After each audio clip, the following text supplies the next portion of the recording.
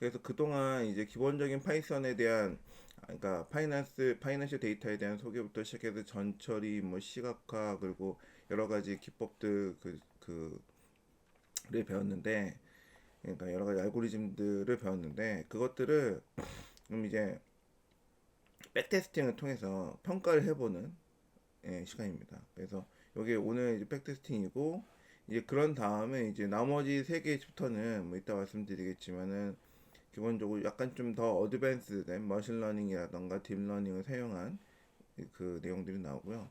그래서 이 앞에 부분은 어떻게 보면 약간 기존 트랜지셔널한 그 기존의 어떤 기법들을 가지고 그 퀀트 로직을 알고리즘을 만드는 것들이어서 오늘 하는 백테스팅들도 머신러닝이나 딥러닝보다는 기존의 그 시계열 기반의 혹은 통계 기반의 로직을 평가하는 것들이라고 보시면 되겠습니다. 그래서 시작을 하면 오늘 내용은 그리고 참 성우님이 이제 그 우리 모임 중에서 유일하게 이제 그 현업에 계신 분인데 그 성우님이 오늘 백테스팅 회사에서 쓰시고 있는 백테스팅 방법에 대해서 소개를 해주신다고 하셨어요. 그래서 제가 한 30분 정도로 발표를 끝내고 그 다음에 성우님 얘기를 한 20분 정도 듣고 하는 식으로 구성을 하려고 합니다. 오늘 내용은 기본적으로 6가지 테마예요. 첫 번째는 기본 벡터 기반으로 평가를 하는 방법. 그리고 이제 백 트레이더라고 하는 그 라이브러리를 사용해서 평가하는 방법들이 이제 연이어 5개가 나오고요. 그래서 그 기본적인 그 이벤트 드리븐으로 그러니까 벡터 기반으로 하는 거에 대한 문제점을 얘기하고 그래서 백트레이더를 기반으로 이벤트 드리븐으로 하는 방식에 대해서 설명을 한 다음에 그 예제가 이제 한 3개 정도 4개 실제적으로 4개죠. 4개 정도 나오는데 이제 그때 이제 뭐 요 두 가지는 RSI를 쓰는 방법이고 요건 볼린저 밴드를 쓰는 방법이고요. 그런 다음에 이제 요 5번째는 이제 비트코인로 평가하는 방법, 백테스팅하는 방법, 맨 마지막에 이제 포트폴리오까지 평가하는 방법까지 소개를 하고 있습니다.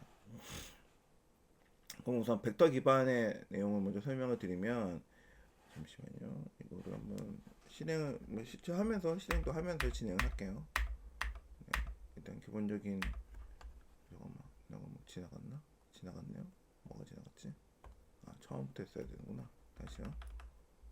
이제 그 처음의 내용은 이제 백테스팅을 왜 하냐 뭐 그런 얘기를 하고 그 유의점에 대해서 설명을 하고 있어요 책에서. 그래서 뭐 여러 가지 뭐 그러니까 룩 어헤드 바이어스라던가 번역 이상하게 됐네. 그리고 생존 편향, 뭐 이상치, 뭐 대표 샘플 이런 얘기도 쭉 하는데 일단은 뭐 기본적으로 시계열을 우리가 다루기 때문에 보고서 편향 같은 경우에는 이제 현재 과거를 평가하는 시점에서 미래의 보고서를 쓰게 되면 이제 미래를 갖다 쓰는 거잖아요. 그러지 말아라 뭐 이런 얘기고 생존 편향 같은 경우에는 다룬 데이터 자체가 우리가 실제 거래를 할 때는 그 현재 그 시장에 있는 그 종목에 대해서 거래를 하지만 데이터 같은 경우에는 이제 없어져 버린 종목에 대해서는 테스트를 안 하기 때문에 그런데 그렇게 되면 이제 생존 남아 있는 걸로만 평가한 데이터로 그 이제 앞으로 망할지도 모르는 기업들을 이제 대상으로 알고리즘 만드는 것은 좀 리스크가 있다 그런 얘기를 하는 거죠. 제가 보기에는 그런 내용들을 잘 그리고 이제 뭐 예를 들어 거래를 할 때 실제 거래는 이제 원하는 가격이 있는데 거기다 거래를 못 할 수가 있잖아요. 그러니까 뭐 슬리피지라던가 이런 문제 때문에 실제 하지만 이제 백테스팅 환경에서 이제 그런 걸 고려하지 않게 되면은 실제 거래 환경과 좀 차이가 있다. 특히 뭐 수수료 같은 것도 실제 거래엔 수수료가 발생하는데 이제 그 수수료에 대한 반영을 안 하면은 엄하게 결과가 나온다. 뭐 그런 얘기들이죠. 그래서 이제 우선 이제 벡터화된 백테스팅부터 시작을 해볼게요. 잠깐만요.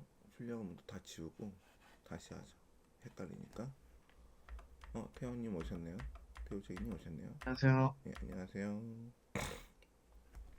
그래서 이제 여기 벡터 기반 백테스팅 하는 방법에 대해 설명하는 참이었어요. 그래서 이제 애플 데이터를 가져온 다음에 이제 수익률을 계산을 하거든요. 근데 여기서 이제 그 로그 수익률을 사용해요. 이 로그 수익률을 사용하는데 거기에 대한 계산 방법을 좀 정리해 봤거든요. 사실 요거 때문에 지금 위에 설명이 있는 거예요. 네, 로그 수익률을 왜 계산하냐? 로그 수익률 같은 경우에는 이제 로그 수익률을 안 하면 복리 계산하기 위해서 곱셈을 해야 되는데 로그를 취하게 되면은 그 수익률을 더하기만으로 쉽게 할 수 있죠. 그래서 더하기 빼기로 계산이 곱하기 나누기 대신할 수 있다는 고등학교 때 수학을 떠올려 보시면 그것 때문에 요 설명이 있는 건데 보시면 이제 예를 들어 어떤 그 가상의 가격이 있다고 쳐볼게요. 거기에 대해서 이제 수익률을 계산하는 방법은 이제 실질적으로는 이제 그 어제 가격에서 이게 쉬프트 1이 이제 어제 가격인데 전일 가격에서 오늘 가격을 뺀 다음에 그런 다음에 잠깐만요. 이게 이렇게 하는 게 더 보기 편하겠네요.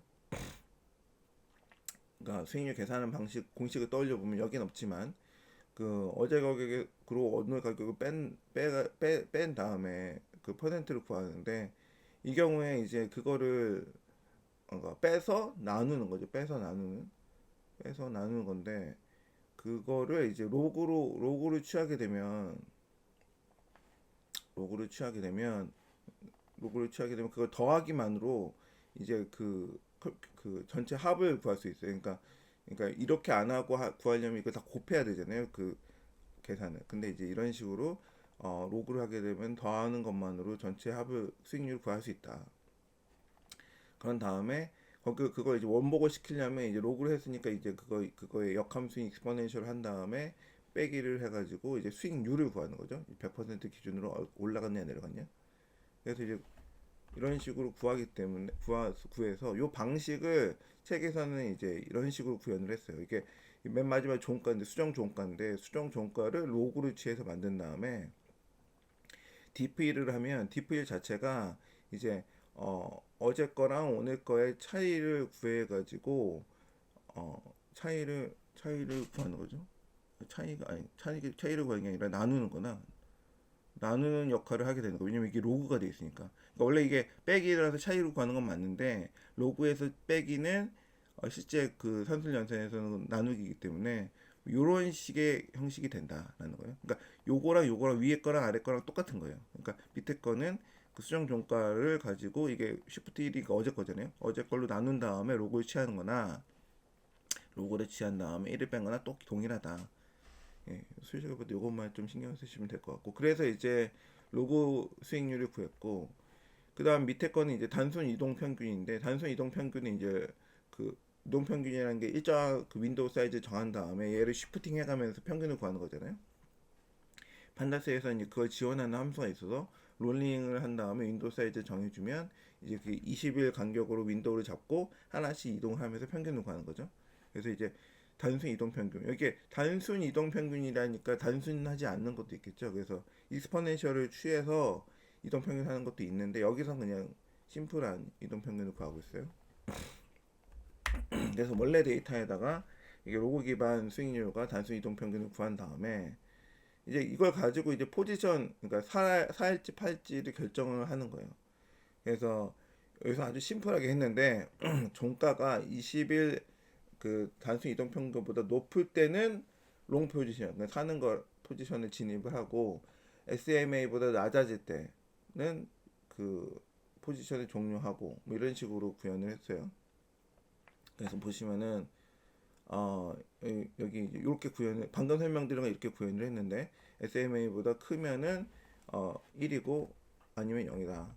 그 다음에 그 개수 얼마만큼의 롱으로 들어갔냐는 이제 어제의 포지션과 오늘의 포지션이 그러니까 어제의 포지션은 0이고 오늘은 1. 그러니까 포지션이 바뀐 거죠. 바뀐 횟수를 계산하는 거예요. 바뀐 횟수를 계산하면 이렇게 되고 그런 다음에 이게 지금 처음이니까 좀 이렇게 천천히 해가지고 뒤에는 막 접치는 게 많기 때문에 빨리빨리 넘어갈 거예요. 그리고 이제 5단계에서 이제 그 20일 SMA하고 포지션 플래그가 포함된 열을 이제 한번 그려보면은 이런 식으로 그려지는 거죠.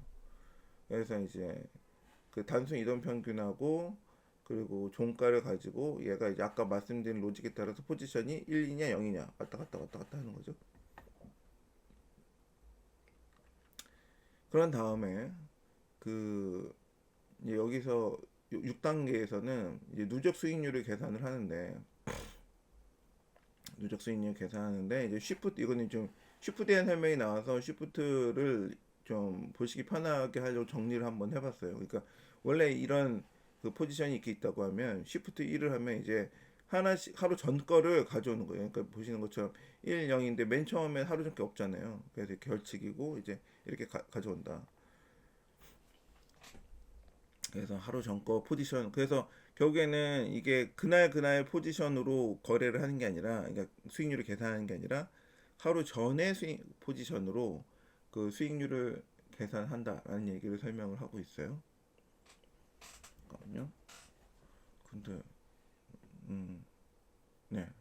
그래서 보시면은 이제 이게 하루 전 수익률이고 하루 전 포지션이고 아까 그 계산한 로고 기반의 수익률이에요.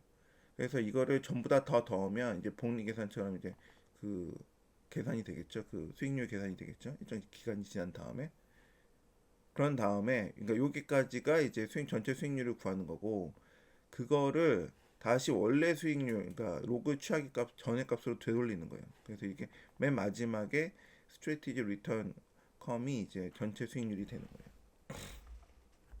그래서 이제 그 당시에 전체 수익률이 되는 거죠. 그러니까 일자별로 쭉 계산을 해가지고 최종적으로 이제 이게 수익률이 되겠죠. 그래서 근데 이렇게 구했는데 비교를 해봐야 될 거 아니에요. 그러니까 무슨 얘기냐면 이제 이런 샀다 팔았다를 안 하고 그냥 산 다음에 가지고 있는 거하고 비교를 해야 이 샀다 팔았다의 의미가 뚜렷해지니까. 그래가지고 이제 그 수익률 자체를 그냥 아까 포지션하고 계산하지 않고 그냥 그대로 더해서 그러니까 로그니까 더하면 곱하기가 되는 거죠. 최종 수익률을 구하는 게 바로 이 BH 그러니까 바이 앤 홀드겠죠. 바이 앤 홀드 리턴이 되는 거예요. 그래서 이 두 가지를 한번 비교를 해서 그려 보면은 이렇게 된다는 거예요. 그러니까 아까 그 단순 이동 평균 기반으로 샀다 팔았다 하는 전략으로 이제 그 수익률을 구한 게 요 노란색이고 그냥 바이 앤 홀드를 하면 이렇게 파란색이고 그러면 딱 보면 오 좋잖아요. 오 잘하네. 라고 하지만 이제 우리가 여기서 고려하지 못한 게 있죠. 뭐냐면 이제 수수료. 수수료를 이제 대략 몇 번 샀다 팔았냐면 보시면 이제 아까 횟수가 있었는데 바뀌는 게 56번 샀다 팔았단 말이에요. 56번 샀다 보면 전날에는 0이었는데 그 다음 1인 경우. 판 건 없지 참. 이게 판 건 없지 않아요? 판 게 있나? 아 0이면 판 건가? 그래서 그 아무튼 그렇게 샀다 팔았다를 했는데 그러면 커미션을 아마 적용했을 때 그러니까 한 1%의 그 커미션을 적용했을 경우에는 어떻게 되냐? 그래서 이제 어제와 오늘의 그 포지션이 바뀐 경우에 대해서 이제 커미션을 곱해가지고 그 커미션 횟수를 구해가지고 그 그걸 가지고 이제 리턴에서 빼주는 결과를 해주면 이게 전체 그러니까 수익률 당시의 수익률에서 이제 커미션의 만큼 이제 그 수익을 빼주면 이제 요게 이제 커미션을 고려한 전략의 가격이 되는데 이걸 한번 뿌려 보면은 이제 아까는 없던 이제 커미션을 고려한 그 전략의 가격을 보면 보시는 것처럼 이제 차이가 많이 나죠. 그래서 실질적으로 이렇게 커미션을 고려해야 된다.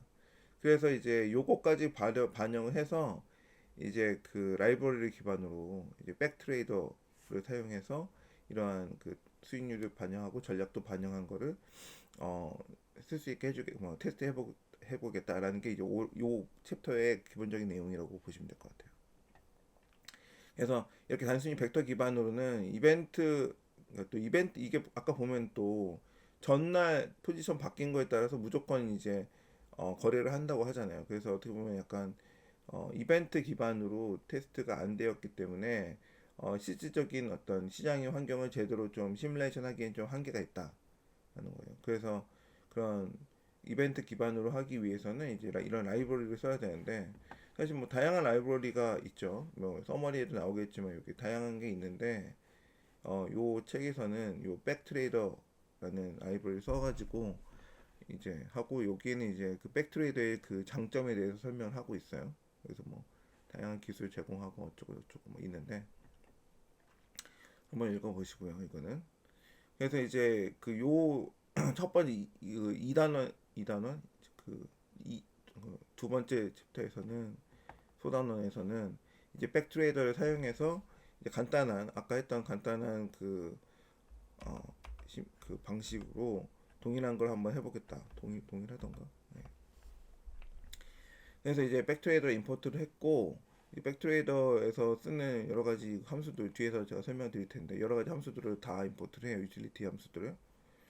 그리고 이제 데이터를 불러온 다음에 이제 요게 이제 계속 반복되는 거예요. 그래서 이제 요 스트레티지라는 거를 이제 요런 스트레티지 클래스를 상속을 받아가지고 만들어요.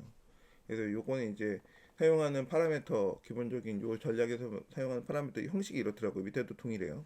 파라미터를 위에 선언을 해주고 이제 밑에 쓰는 방식으로 돼 있고 기본적으로 구성하는 메서드는 이제 저기 생성자가 있고 그 다음에 이제 로그하는 거 그 다음에 이제 그 어떤 주문이나 어떤 그 뭐지 저거 인터럽트나 아니면은 이벤트가 발생하면은 그거를 이제 뭔가 프린트해주는 로그를 해주는 그런 함수 그리고 이제 포지션이 닫힌 걸 알려주는 함수 여기 그리고 스타트하고 스톱 그리고 실질적으로는 이 로직 제어를 여기서 해요. 이 넥스트 메서드에서 로직을 구현해서 돌린다 하는 거고요. 그래서 이닛에서는 이제 사용하는 데이터들 불러오고 이제 사용하는 지수까지도 불러와요. 그 여기서는 백트레이더에 올고 썼지만 이게 뒤에서도 나오겠지만 이게 탈립 그것도 지원해요. 그리고 아무튼 여기서는 백트레이더 거를 쓰고 있고요. 아까 보신 단순 이동 평균을 썼고 이때 그 피리어드는 이제 이렇게 옵션으로 가져와서 쓰게 되어 있어요. 아 그리고 이제 그다음 요거 로그 찍는 거 그리고 이제 요거는 이제 이벤트가 발생했을 때 어떤 오더가 이제 뭔가 컴플리트 완료가 되면은 거기에 맞춰서 이제 로그를 찍는 거 로그에 대한 기본적인 내용 그리고 요거는 함수가 갑자기 나오는데 요 함수는 아까 그 왜 제가 임포트 한다는 거 있잖아요. 여기서 가져오는 건데 요게 이제 요 놈이에요. 여기서 불러와요. 이 안에 들어있는 유틸 함수 로고 찍는 유틸 함수고요. 요거 어디 갔지? 아 요거 그리고 뭐 이것도 이제 거래가 종료될 때 이렇게 로고 찍는 거고 요게 이제 실질적으로 중요해요. 그래서 그 아까 우리 그 주가가 뭐 20일 단순 이동 평균보다 크면은 뭐 사고 내리면은 뭐 팔고 뭐 이런 거였잖아요. 그러니까 그걸 여기다 구현을 했어요. 소스 코드 보시면 이제 이게 단순 이동 평균보다 크면은 종가가 크면 사고 내리면은 팔고 그 로고 찍는 거 이렇게 구성이 되어 있어요. 그리고 이건 시작하고 끝날 때 그때 가치 갖고 있는 잔고의 가치를 각각 찍는 거예요. 이 설명을 자세히 드린 이유는 뒤에도 계속 나오기 때문에 드린 거고 이렇게 전략을 만든 다음에 실질적으로 전략을 운영을 하는 객체가 필요해요. 그게 이제 백트레이더에서는 세레브로라는 클래스의 인스턴스를 만들어서 작동을 하고 있어요. 그래서 이 세레브로라고 있는 맞나? 세레브로라는 객체가 실질적으로 하는 거는 이제 뭐 팩테스트 이 테스트 백트레이딩 과정에서 이제 전략이라던가 데이터 뭐 브로커 관찰자 이런 전반적인 시장의 시뮬레이션 자체 운영을 얘가 하는 거고요. 그래서 데이터 관리나 뭐 브로커에게 줄 뭐 어떤 초기 자금이라던가 뭐 전략을 추가하거나 아니면 관찰자를 추가하는 역할들을 요 그 세레브로 밑에 있는 함수들을 사용해서 실행을 하고 있어요. 그래서 이제 보시면 세레브로를 객체를 만든 다음에 데이터 추가하고 뭐 초기 자금 하고 전략 아까 위에서 만든 전략 여기서 추가하고 그리고 이제 관찰자를 만드는데 요거 바이 셀 이것도 아까 말씀드린 그 유틸리티 펑션 안에 있는 함수예요. 요걸 사용해서 실질적으로 이제 그 샀다 팔았다 하는 거를 로그를 로그를 찍기 위해서 이제 저장을 하죠. 내용을 관찰자로 그리고 이제 요거는 이제 샀다 팔았다 한 것뿐만 아니라 내가 갖고 있는 자산의 가치를 이제 여기다가 추가를 하게 되면 그게까지 추적을 하게 돼요. 그런 다음에 이제 요 세레브로를 실행하면 이제 그 시뮬레이션이 이렇게 작동을 하고요. 그 결과를 이제 심지어 세레브로에서 플로팅까지 할 수 있어요. 그래서 보시면은 요 맨 위에 게 이제 맨 마지막에 우리가 추가한 이제 가치에 대한 거고, 요게 이제 그 전략에 따라서 샀다 팔았다 하는 거죠. 근데 이제 보시면은 커미션 얼마로 줬길래 우리가 좀 커미션을 줬나요? 여기서 커미션이 없죠. 네. 커미션을 안 줘서 이제 우리 첫 번째 한 거랑 동일하게 이렇게 요거랑 유사하게 나왔죠. 커미션을 이제 커미션을 줘야 되는데 잠깐만요. 어디 보죠. 결과 찍은 거 보면 네. 0으로 나와요. 음. 맞아. 여기 이 부분 커미션이 0으로 나오잖아 아까. 네. 여기 있네요. 여기 있네요. 예, 커미션을 안 줬네요. 여기 있네요. 맞습니다. 정태님 맞습니다. 그래서 커미션 안 줬고, 그래서 커미션을 줘야겠죠? 커미션을 줘야 되는데 커미션은 어디서 주더라? 커미션 찾는 것만 하고 넘어갈게요. 요거는 이제 아까 20일 그 이동 평균선을 했는데 그 20일을 좀 옵티마이즈 하는 내용이에요. 그래서 요거 좀 넘어갈게요. 뒤에 나올게요. 뒤에 나오니까 그때 보도록 하죠. 커미션 주는 거는. 그 다음에 이제 이거는 이제 RSI 전략을 쓰는 거예요. 그 아까는 20일 평균선 썼는데 다 똑같은데 기본적으로 다 똑같진 않구나. 아무튼 기본적으로 같은데 그 RSI를 쓴다. 근데 그 여기서 근데 아까 전략을 아까는 항속을 예로 받았어요. 그 BT 스트레티지를 봤는데 받았죠. 근데 그 다음 얘기에서는 BT 시그널 스트레티지를 받아요. 그래서 사실 이제 여기서 언급되는 게 사실 세 개거든요. BT 스트레티지 말고 이제 BT 시그널과 네. 그리고 이제 그 BT 시그널 스트레티지 요 세 가지로 이제 전략을 만드는 방법이 나와요. 방금 보신 건 요거고요. 여기서 이제 지금 보실 건 요거예요. 시그널 스트레티지. 얘가 이제 얘하고 차이점은 얘가 좀 더 이제 왼쪽 거 BT 스트레티지가 이제 스트레티지가 좀 더 자유도가 높고 한마디로 해서 더 원하는 입맛에 맞게 바꿀 수 있다는 건데 이때 이제 그러면 복잡도가 올라가고 구현 난이도가 올라가겠죠. 근데 이제 시그널 스트레티지 쓰면은 기본적으로 이제 약간 어느 정도 템플릿 갖다 쓰는 걸로 설명이 돼 있어요. 그래서 좀 더 심플하고 있는 걸 쓰는데 뭐 구현도 복잡도도 낮고 하지만 자유도는 떨어지겠죠. 그리고 이제 뭐 시그널을 직접 만드는 방법도 있어요. 그래서 시그널을 이렇게 BT 시그널을 상속받아가지고 여기 실제로는 인디케이터를 상속받아가지고 직접 시그널과 로직을 전부 다 내가 다 만들어 보겠다라고 하면 요 실제로는 BT 시그널을 쓰시면 돼요.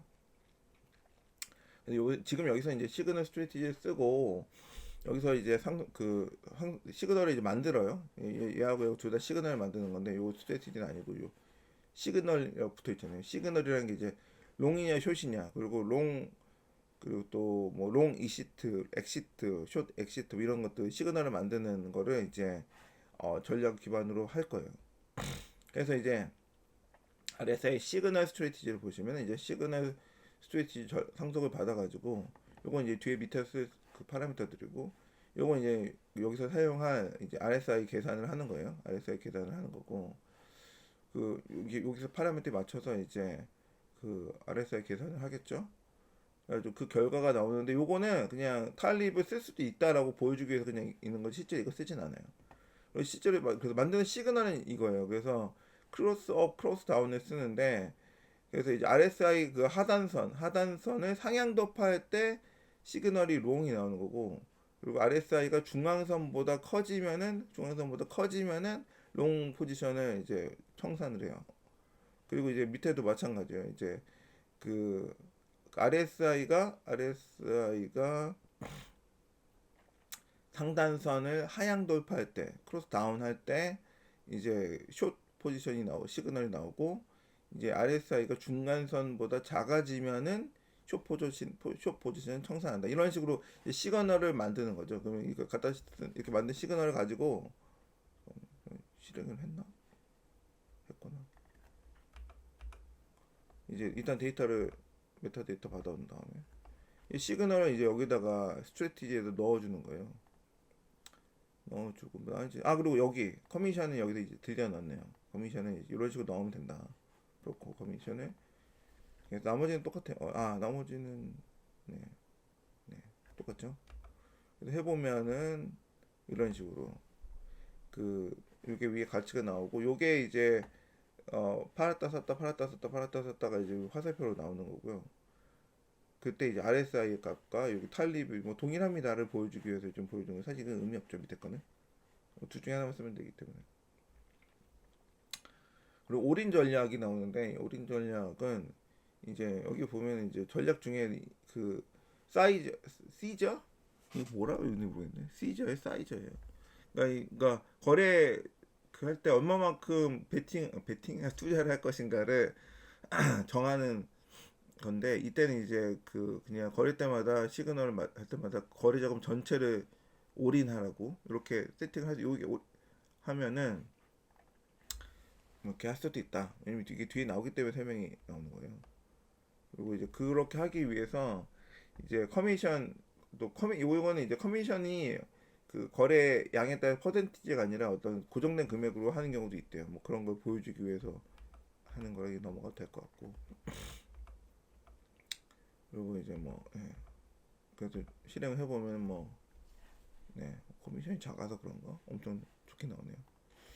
요 볼린저 밴드는 기본적으로 방금 설명드렸던 거를 이제 볼린저 밴드 기반으로 구현을 한 거거든요.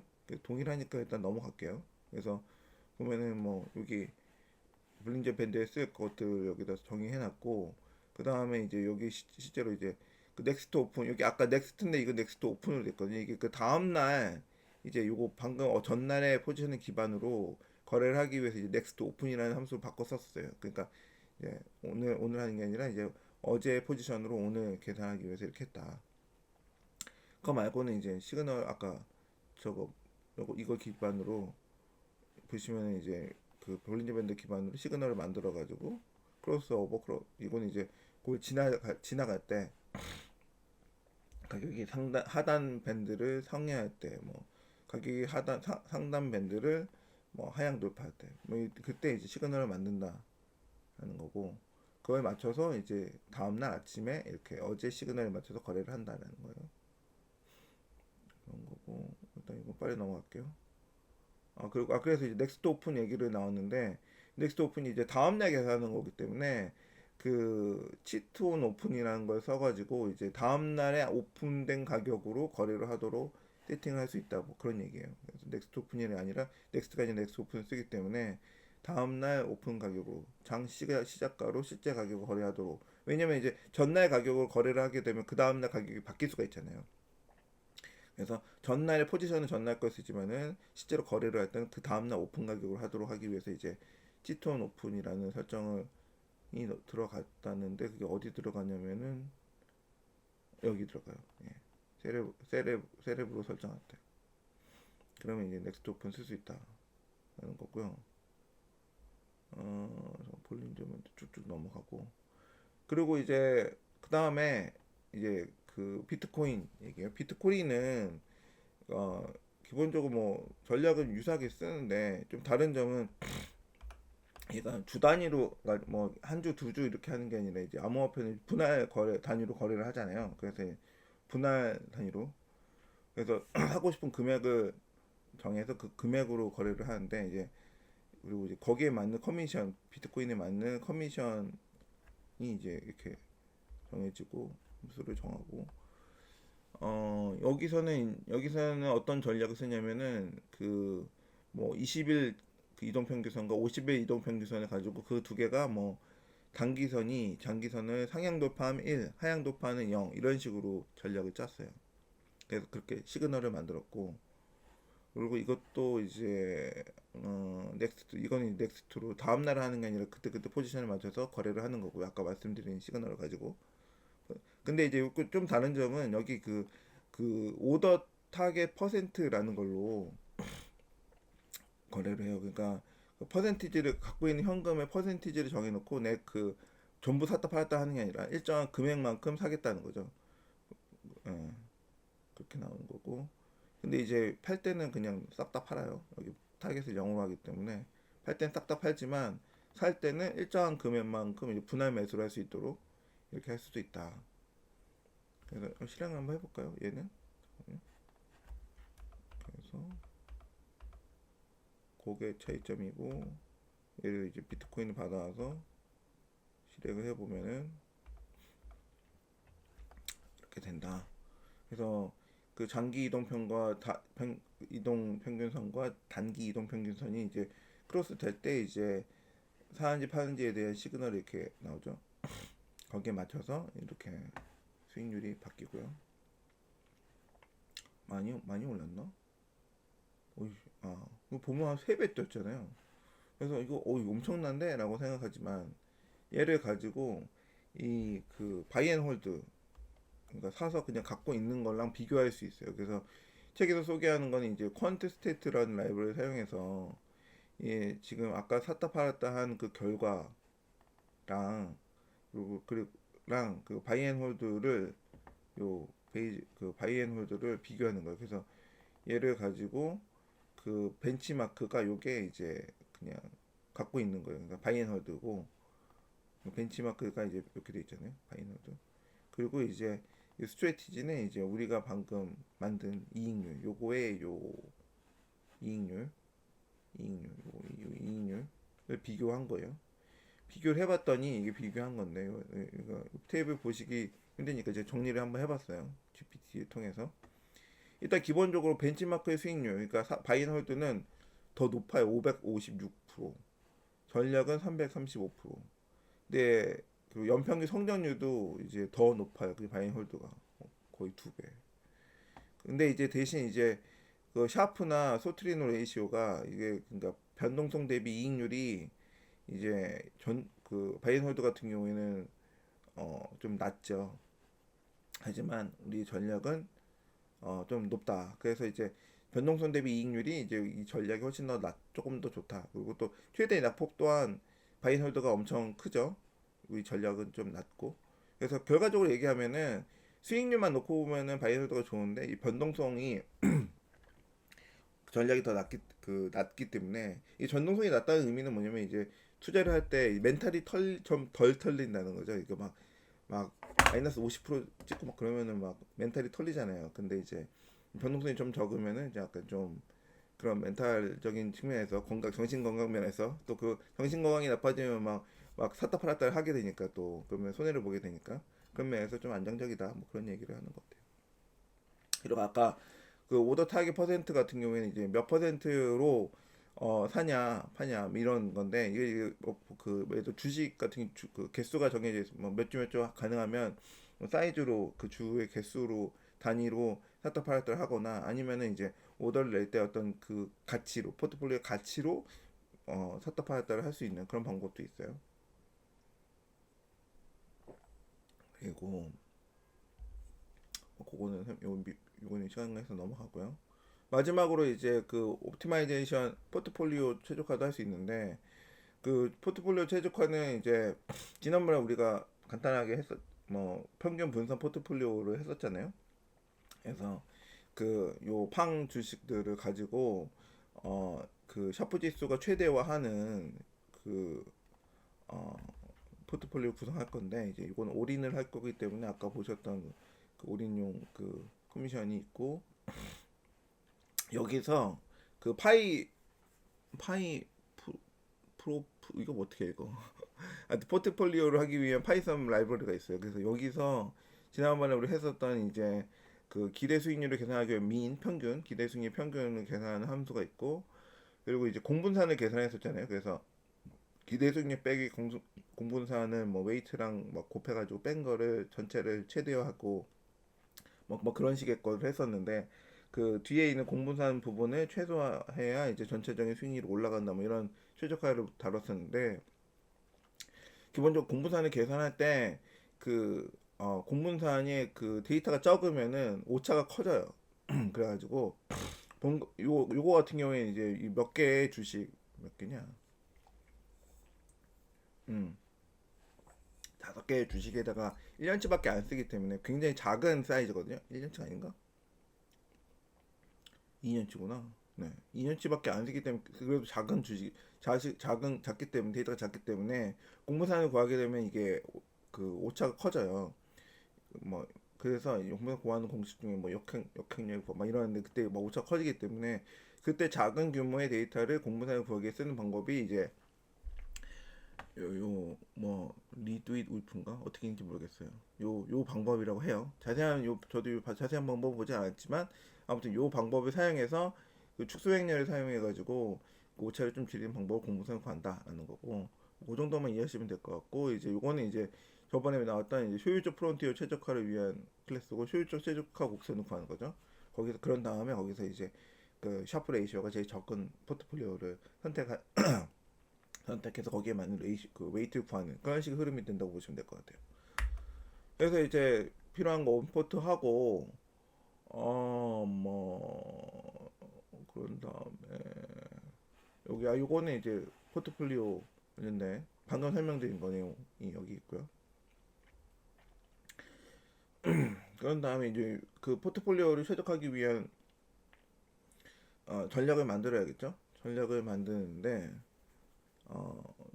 여기서 기본적으로 봐야 될 거는 넥스트 결국 전략이니까 넥스트겠잖아요. 넥스트고 일단은 기본적으로 이게 1년치 그러니까 일정한 파라미터가 얼마야? M 파라미터가 1년치구나. 그러니까 우리 2년치의 데이터를 쓰지만은 여기서 이제 1년치의 데이터를 가지고 평균하고 공모선을 구하거든요. 그래서 그게 맞는지 확인하는 거고. 그리고 이제 그 리밸런싱을 이제 금요일에만 해요. 평일에는 안 하고. 그래서 금요일이 아닌 경우에는 이제 건너뛰는 게 있고. 그래서 이제 여기서 통과됐으면 즉 금요일이면 이제 그 현재 포트폴리오를 이제 지금에 있는 그 데이터로부터 가져와 가지고 여기다 집어넣어요. 그러니까 그 각 종목별 비중이 되겠죠?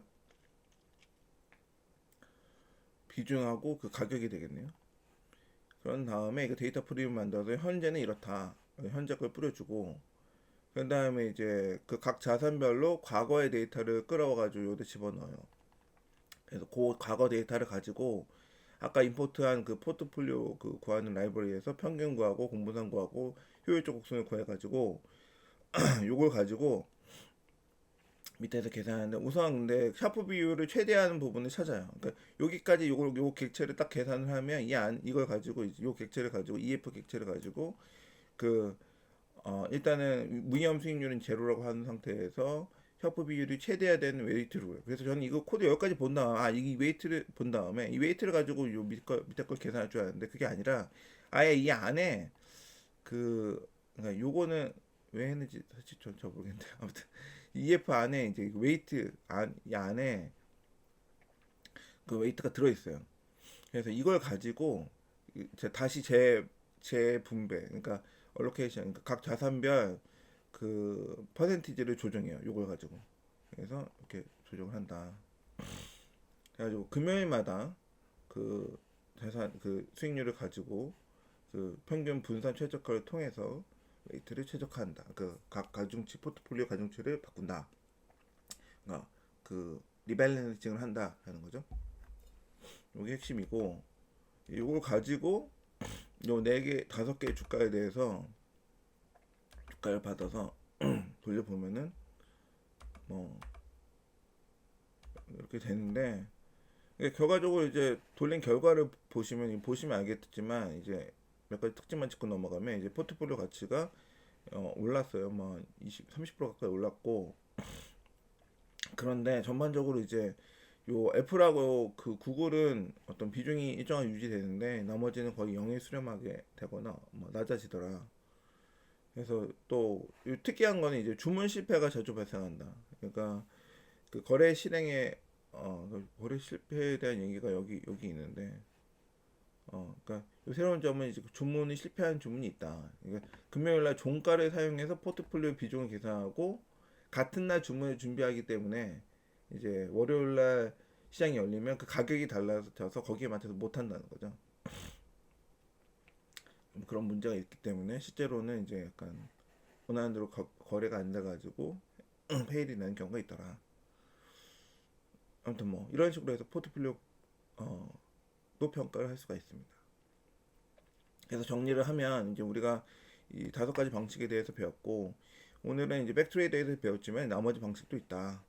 요 더 자세한 거는 요 문서 참고하시면 될 것 같고, 여기까지 하고 마무리 할게요. 혹시 질문 있으신가요?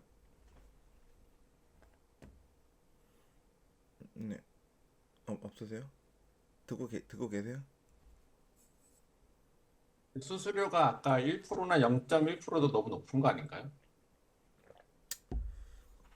보통 얼마죠, 근데? 그 어디냐 토스가 0.01%? 되게 낮네요. 예, 다른 데는 더 낮고요. 어, 약간 좀 보수적으로 한 것 같아요. 이 차이를 극명하게 보여주기 위해서. 예제에서는.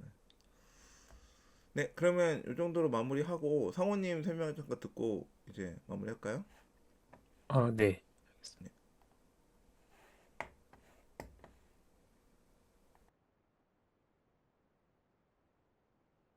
보이시나요?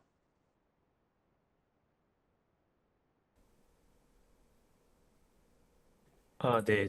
일단 뭐 지금까지 이제 설명하셨던 부분들은 아무래도 어떤 특정 종목이나 또는 정해진 제 종목군에서 포트폴리오를 짜서 이제 이렇게 보면 약간 기술적 분석 지표들을 활용을 해서 트레이딩하는 부분들을 이제 책에서 소개를 하고 있는데 저희 같은 경우는 약간 인베스팅 영역에서 좀 트레이딩보다는 이제 좀 약간 긴 호흡에서 운용을 하고 있고요. 저희는 사실 그런 기술적 분석 지표도 활용은 하고 있지만 주로 활용하는 것들은 그 기업의 주가에 영향을 줄 수 있는 좀 펀더멘탈 지표들을 많이 활용을 하고 있어요. 그래서 그런 펀더멘탈 지표로 하면 뭐 가장 기본적으로는 뭐 재무제표가 될 수 있을 것 같고요. 하지만 재무제표 같은 경우는 아무래도 이제 많이들 활용을 하다 보니까 크게 알파는 없다라고 생각을 하고 있고 그 외에 그 펀더멘탈을 트래킹할 수 있는 데이터들을 이제 모아서 활용을 하고 있습니다. 그 부분은 좀 뒤에서 설명을 드리도록 하고요. 그런 데이터들을 이제 소싱해 오고 이제 프로세싱을 한 다음에 이제 그 부분을 갖고 이제 저희는 전략을 짭니다. 그래서 이제 뭐 예를 들어서 그 기업의 매출을 이제 신용카드 결제 데이터로 이제 예측을 할 수 있다. 좀 어느 정도 팔았는지 물건을 팔았는지 예상을 할 수 있다라고 하면은 그러면 어떤 회사가 이제 그로스가 어느 정도 나왔을 때 주가가 반응을 할까 이런 약간 가설을 세우고 이제 그걸 갖고 이제 알고리즘을 짭니다. 그다음에 그걸 백테스팅을 하고 이제 백테스팅도 사실 이제 좀 가중치를 두거든요. 긴 아주 오래전 시점에서의 이제 성과와 최근 시점의 성과 이런 것들을 다 비교를 해서 최종적으로 어떤 알고리즘을 활용할지 결정을 하게 됩니다. 저희가 사실 집중하고 있는 거는 이제 큰 축의 한 부분이 이제 데이터인데요. 뭐 기술적 분석 지표는 아무래도 대부분 다 이제 그러니까 가격과 거래량 지표들을 기반으로 해서 이제 다 만들어지는데 저희는 그런 부분들보다는 이제 조금 더 남들이 활용하지 못하는 부분들을 집중을 하고 있고 뭐 빌리언즈라는 드라마 보셨는지 모르겠는데 거기서 뭐 많이 나오는 게 뭐 인공위성 이미지로 이제 막 그 기업의 공장에 이제 물동량을 체크하거나 이런 것들이 나오는데 이제 그런 부분들까지 하고 있진 않지만 이제 그런 부분들과 유사하게 이제 그 기업들이 이제 영업 활동을 함에 있어서 필요한 데이터들을 저희가 수집을 해서 이제 활용을 하고 있다라고 보시면 될 것 같습니다. 그리고 그런 데이터들을 정제 가공해서 이제 어떤 유니버스를 만들고 왜냐면 어떤 특정 데이터가 모든 종목을 항상 커버하는 것은 아니기 때문에 어떤 이제 데이터들을 활용할 수 있는 유니버스를 만들고 그 유니버스를 바탕으로 해서 이제 알고리즘을 짭니다. 좀 오늘 시간이 많진 않아서 제가 간단하게만 설명드리는 거 좀 양해 부탁드릴게요. 그래서 이제 그 뭐 알고리즘을 짠 다음에 그 알고리즘이라는 게 이제 어떤 종목들을 피킹을 하고 그다음에 그 피킹된 종목에 대해서 어떻게 이제 편입 비중을 결정할지 이런 부분들이 다 이 알고리즘에서 녹아 들어가 있고요. 그리고 정기적으로 리밸런싱을 어떻게 할지 또는 수시 리밸런싱을 어떻게 반영할지 이런 것들을 고려를 해서 알고리즘을 짜게 됩니다. 그리고 어떻게 보면은 이제 그런 데이터들, 팩터들마다 이제 각각이 있고 딱 하나의 전략만 활용을 할 수는 없기 때문에 이제 이런 전략들을 또 어떻게 결합하느냐에 따라서 성과가 많이 달라질 수 있거든요. 그래서 이런 이제 싱글 패터 전략에 대해서 이제 이거를 결합을 해서 최적화된 포트폴리오를 만드는 게 어, 이제 알고리즘 쪽에서의 기본적인 운영 프로세스입니다. 어, 네, 끝나셨나요? 아니요. 제가 잠시만요. 제가 화면을 좀 공유를 다른 걸 하려고 하는데요. 네, 뭐, 저희는 사실 국내 주식을 위주로 지금은 하고 있어요. 해외는 아직은 못 하고 있고, 국내 주식들이 이제 가장 큰 그 주가 드라이브 요인은 일단 아무래도 우리나라가 수출 위주의 국가이다 보니까 수출 데이터가 많이 활용이 되고 있고, 뭐 대표적으로 뭐 삼성전자라던가 뭐 하이닉스의 수출 데이터들을 이제 리서치하면서 이렇게 볼 수가 있고요. 네, 이런 부분들을 바탕으로 어, 수출이 어떻게 나왔을 때 이제 그 수출이 잘 나오는 기업들을 기본적으로 사면은 좋겠지만 그럼 어떤 식으로 잘 나왔을 때 사는 게 좋을지 이런 부분들을 이제 알고리즘에서 저희가 판단을 하고 있고 뭐 수출 데이터뿐만이 아니라 뭐 수입, 뭐 수주, 카드, 그다음에 뭐 이건 네이버는 이제 종목 토론실 데이터인데 뭐 이런 것들을 종합적으로 활용을 해서 이제 알고리즘을 짜고 있고요. 이게 이제 알고리즘 하나의 이제 단일 알고리즘들이라고 보시면 될 것 같은데 이제 이런 알고리즘들을 갖고 이제 포트폴리오를 짜면은 이제 뭐 이런 식으로 종목들을 이제 저희가 피킹을 하고 아까 말씀드렸던 최적화된 포트폴리오를 산출을 합니다. 근데 이제 이런 하나의 알고리즘들이 뭐 약간 뭐 수출이 뭐 가장 많이 증가한 뭐 100개 기업 뭐 이런 식으로 하는 것이 아니라 이제 어떤 필터링들을 넣고 과거에 이제 시계열 대비 이제 많이 잘 올라왔는지를 판단할 수 있는 여러 지표들이 있거든요. 그런 지표들을 만들어서 이제 이런 알고리즘들을 만들고 이런 뭐 로직을 만들고 여러 번의 테스트를 통해서 이제 결정을 하게 됩니다. 그래서 뭐 저희가 최종적으로 활용하고 있는 뭐 은 요거고요. 이 알고리즘에는 이제 여러 개의 이제 단일 전략들이 이제 포함되어 있고 이제 이런 전략들의 이제 비중들이 유기적으로 이제 돌아가면서 저희가 이제 운용을 하고 있습니다. 좀 빠르게 설명을 하긴 했는데요. 좀 시간이 부족해서 그냥 간단하게 보여드리는 목적으로만 했는데 혹시 질문 있으신가요? 또 질문이 있는데요. 예, 예.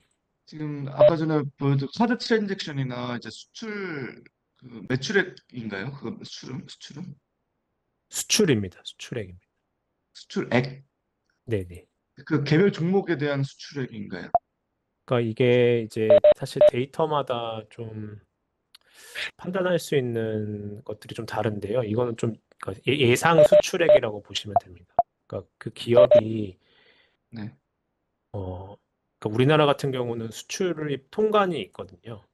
그래서 그 기업이 이제 수출을 할 때 어떤 HS 코드로 어떤 국가로 이제 수출을 한다 이런 게 데이터화 되어 있습니다. 그래서 그것들을 모아서 이 기업이 이제 이 정도의 수출을 통관을 보였다라는 걸 계산을 할 수가 있거든요.